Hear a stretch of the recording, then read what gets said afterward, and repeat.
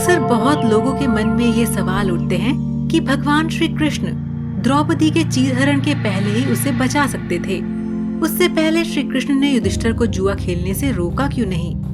चलो मान भी लो कि नहीं रोका, तो वह शकुनी मामा की तरह युधिष्ठिर को सहयोग देकर उन्हें जुए में जिता सकते थे। लेकिन उन्होंने ऐसा भी नहीं किया। आखिर उन्होंने ऐसा क्यों नहीं किया?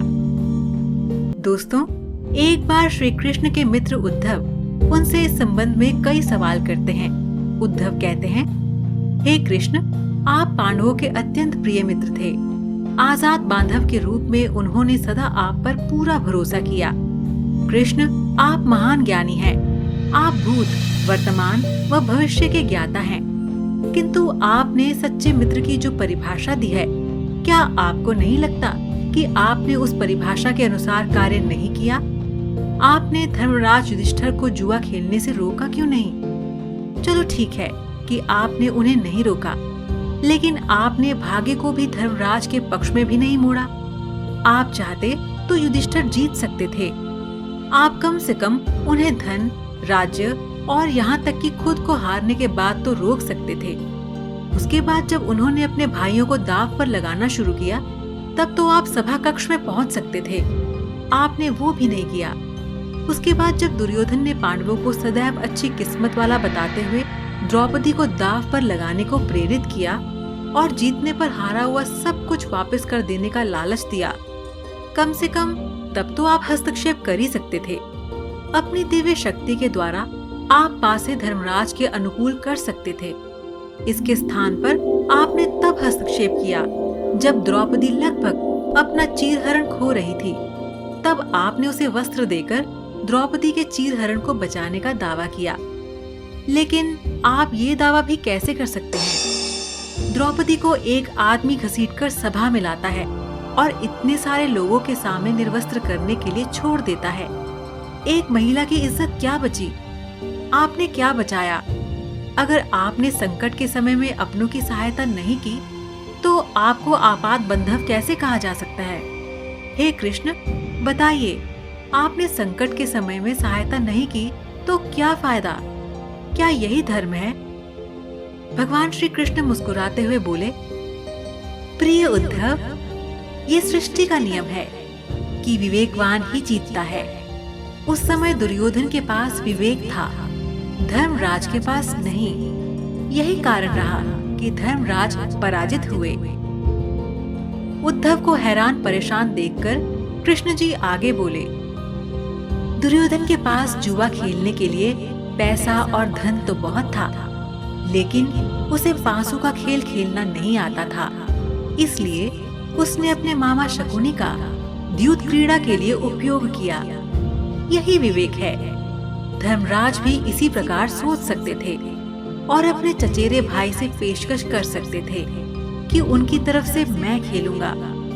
लेकिन उन्होंने विवेक शून्यता से एक और बड़ी गलती की, और वो ये कि उन्होंने मुझसे प्रार्थना की कि मैं तब तक सभा कक्ष में ना आऊं जब तक कि मुझे बुलाया ना जाए, क्योंकि वे अपने दुर्भाग्य से खेल मुझसे छुपकर खेलना चाहते थे। वे नहीं चाहते थे मुझे मालूम पड़े कि वे जुआ खेल रहे हैं। इस प्रकार उन्होंने मुझे अपनी प्रार्थना से बांध दिया। मुझे सभा कक्ष में आने की अनुमति नहीं थी। इसके बाद भी मैं कक्ष के बाहर इंतजार कर रहा था कि कब कोई मुझे बुलाता है। भीम, अर्जुन, नकुल और सहदेव सब मुझे भूल गए। बस अपने भाग्य और दुर्योधन को कोसते रहे। अपने भाई के आदेश पर जब दुशासन द्रौपदी को बाल पकड़कर घसीटता हुआ सभा कक्ष में लाया, द्रौपदी अपने सामर्थ्य के अनुसार जूझती रही। तब भी उसने मुझे नहीं पुकारा। उसकी बुद्धि तब जागृत हुई जब दुशासन ने उसे निर्वस्त्र करना प्रारंभ किया।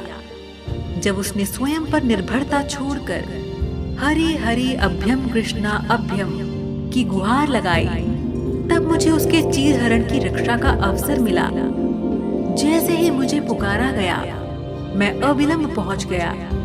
अब इस स्थिति में मेरी गलती बताओ। तब उद्धव ने कहा, इसका अर्थ ये हुआ कि आप तभी आओगे जब आपको बुलाया जाएगा। क्या संकट से घिरे अपने भक्त की मदद करने आप स्वतः नहीं आओगे? कृष्ण मुस्कुराए और बोले, उद्धव, इस सृष्टि में हर एक का जीवन उसके स्वयं के कर्म फल के आधार पर संचालित होता है। न तो मैं इसे चलाता हूँ और न ही इसमें कोई हस्तक्षेप करता हूँ। मैं केवल एक साक्षी हूँ। मैं सदैव तुम्हारे नजदीक रहकर जो हो रहा है उसे देखता हूँ। यही ईश्वर का धर्म है। जब तुम ये भूल जाते हो और ये समझने लगते हो कि मुझसे छुपकर कुछ भी हो सकता हो, तभी तुम कठिनाइयों में फंसते हो। धर्मराज का अज्ञान ये था कि उसने माना कि वह मेरी जानकारी के बिना जुआ खेल सकता है। अगर उसने ये समझ लिया होता कि मैं प्रत्येक के साथ हर समय साक्षी रूप में उपस्थित हूँ, तो क्या खेल का रूप कुछ और नहीं होता? सोच कर देखो।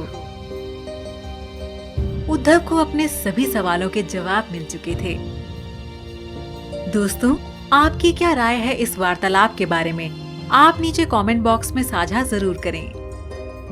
दोस्तों, आपको ये वीडियो कैसा लगा? आप हमें नीचे कमेंट में बता सकते हैं। आपका धन्यवाद।